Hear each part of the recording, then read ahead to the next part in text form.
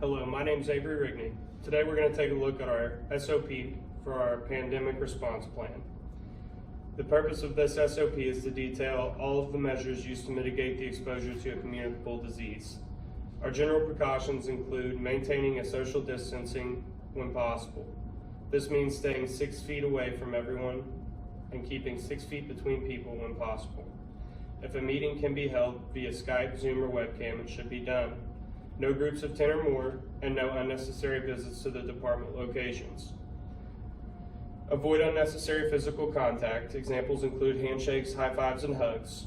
Always practice good hygiene in the workplace. Employer responsibilities include posting signage relating to the pandemic, have hand sanitizer near all doors and distributed throughout the facilities in multiple locations, frequently disinfect surfaces, provide disinfectant, cleaning supplies, and soap and water.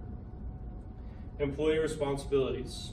Be educated on the matter at hand, practice good hand washing habits, wash for at least 20 seconds, use the provided hand sanitizer, cleaning and disinfecting supplies when returning to work as needed, and as needed.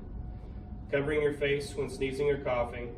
If you feel as if you may have been exposed or may be sick, stay at home and report your exposure to your supervisor by phone or email.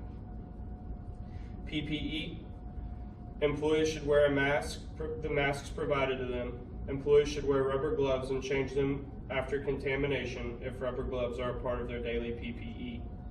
Employees that deal with the public should sanitize their gear after their shifts. Disinfecting a facility. Wear PPE when disinfecting. Close off all areas visited by ill persons. Open outside doors and windows and use ventilating fans to increase air circulations in the area. Wait 24 hours or as long as practical before cleaning and disinfection. Cleaning staff should clean and disinfect all areas such as offices, bathrooms, and common areas. Shared electronic equipment like tablets, touchscreens, keyboards, remote controls, and ATM machines used by the ill persons, focusing especially on frequently touched surfaces. Document and report any exposures, possible exposures, cleanings and disinfecting, and contact with the public when not wearing proper PPE. Always follow general bloodborne pathogen universal precautions. If an employee becomes symptomatic or has possibly been exposed due to a probable cause, personnel who become symptomatic should be immediately taken off duty. They should be screened by a healthcare provider and tested for COVID-19 if available.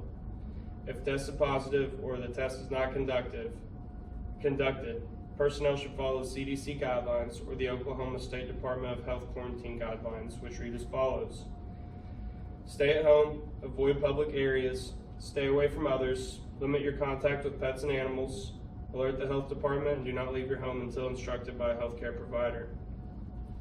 Approval to return to work would be determined by the individual department utilizing OSDH acute disease and CDC guidance. Test-based strategy.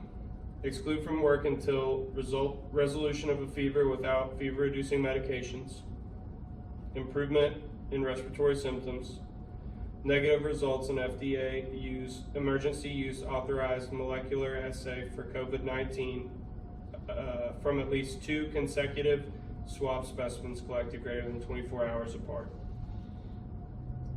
Non-test-based strategy.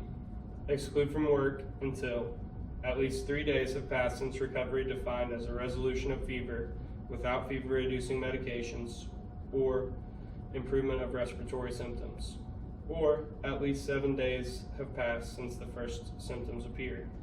To determine exposure and infection risks, please view our COVID-19 risk assessment matrix. Stay safe and stay healthy.